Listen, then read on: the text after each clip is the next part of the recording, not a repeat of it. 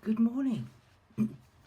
We've come in our thinking about Luke's Gospel to one of the most famous passages in Luke, so well known that sometimes we can think, well, we'll just skip over it. We know it very well. We know what it's trying to say. But we're looking at chapter 10, verses 25 to 37. The story of the Good Samaritan. Now this story has shaped lots of Christian activity and Christian charity and Christian thinking because it's such a profound story. It's got so much in it, and people have preached for hours on it and taken it apart word for word.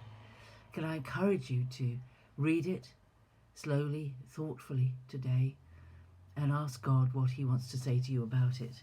Because it's difficult to know which bit to pick up, but let's just have a few thoughts just to start you off, or start us off. And I think, first of all, thinking about the lawyer, he was a well-trained man in theology. Basically, he's not a lawyer as we would think a lawyer, someone who deals with legal matters and court matters and arguments. No, in the biblical sense, he was a well-trained person who understood the Old Testament law and rules. And so he's come to Jesus to test him. I think what he wanted to do was to find out what Jesus thought about keeping the law, because that's what his life was centered on. It was teaching and keeping the law. And maybe he was asked at times to decide whether a person's actions actually meant he'd kept the law or not. So he knew the Old Testament law very well. And the answer, and I think he wanted to know what Jesus' theology was about the law. What did he believe about the law? And what was he teaching? And the straightforward answer to his question, he knew the answer when he said, "What must I do to inherit eternal life?" If you believed in the law, the answer was keep the law. Simple as that. If you want to please God, you keep the law, and then you'll get eternal life. But he wanted to know what Jesus thought, and Jesus turns it right back on him. And I think that's very often what happens, and what is a good way of doing it for us, for someone who asks us a question about our faith, about why we do things the way we do, what we believe about God. And when they ask it, we can turn it back and say, well, what do you think? What's your thought on it? I know we should always be prepared to give answer. And Jesus did give answer to the question in the end when he told the story.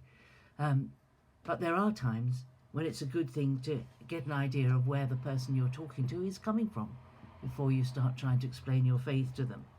But anyway, this is what he said. And Jesus asked him, well, what is written in the law? Well, this was a lawyer. He knew what was written in the law. He knew it backwards.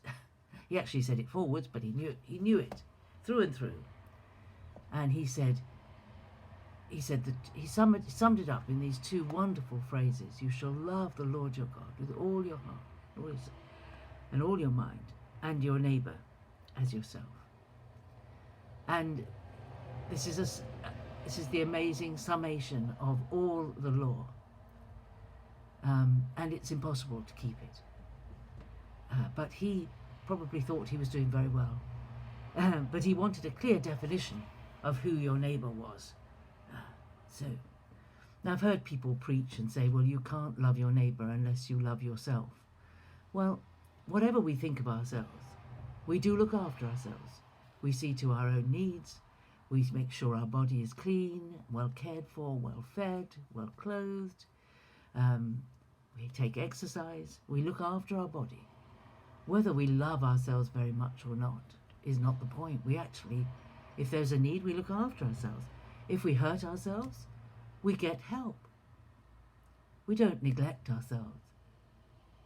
Most people don't. Some people do, but in general, whether we have a great deal of affection for ourselves, we look after ourselves. And this is what we need to do for our neighbour. And Jesus, when he was asked, so who is my neighbour? This lawyer wanted to know that the people that he was caring for and looking at and responding to were the right people.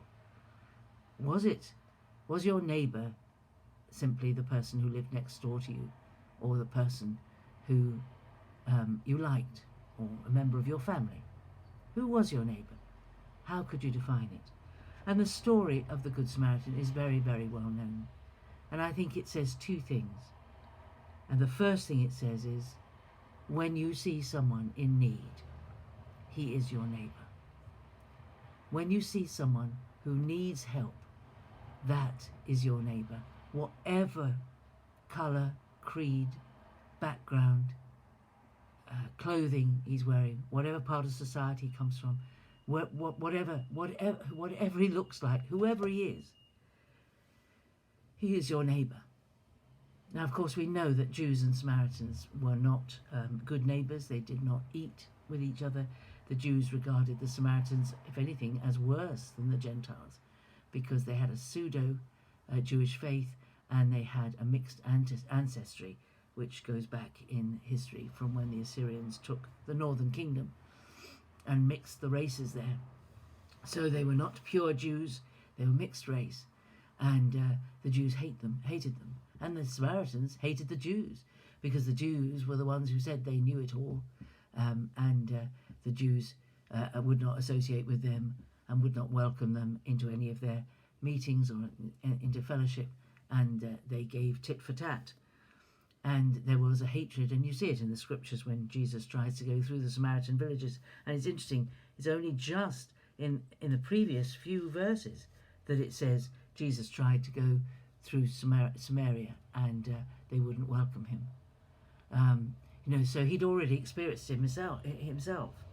So your neighbour is not necessarily the person who likes you or will mix with you. He could be your enemy. And we are asked to love our neighbour as ourselves. So if we see someone in need, he becomes our neighbour, whoever, wherever he comes from. There's a lovely story I want to finish with. I saw it on a plaque in a little chapel in Scotland years ago by a lakeside, and there was a little plaque on the pillar, and it was dedicated to an 18-year-old soldier. I can't remember his name, I can't remember the dates, but it was quite a while ago. And he had seen a member of the enemy who was badly wounded in no man's land, and he took him some water, and he was shot by the enemy and killed in no man's land, giving water to his neighbour. And it's in the church there as an example. I'm not making a judgment whether he was right or wrong to take water to that enemy soldier, but if anything epitomises the Good Samaritan, that man's life does. And I honoured him in that chapel and respected what he did. The Good Samaritan did not hesitate. He acted to help that man, even though the robbers might well have been still waiting and seen him and attacked him as well. But the Good Samaritan, do read it, do think about it. My time is up, and I'll see you tomorrow. Bye-bye.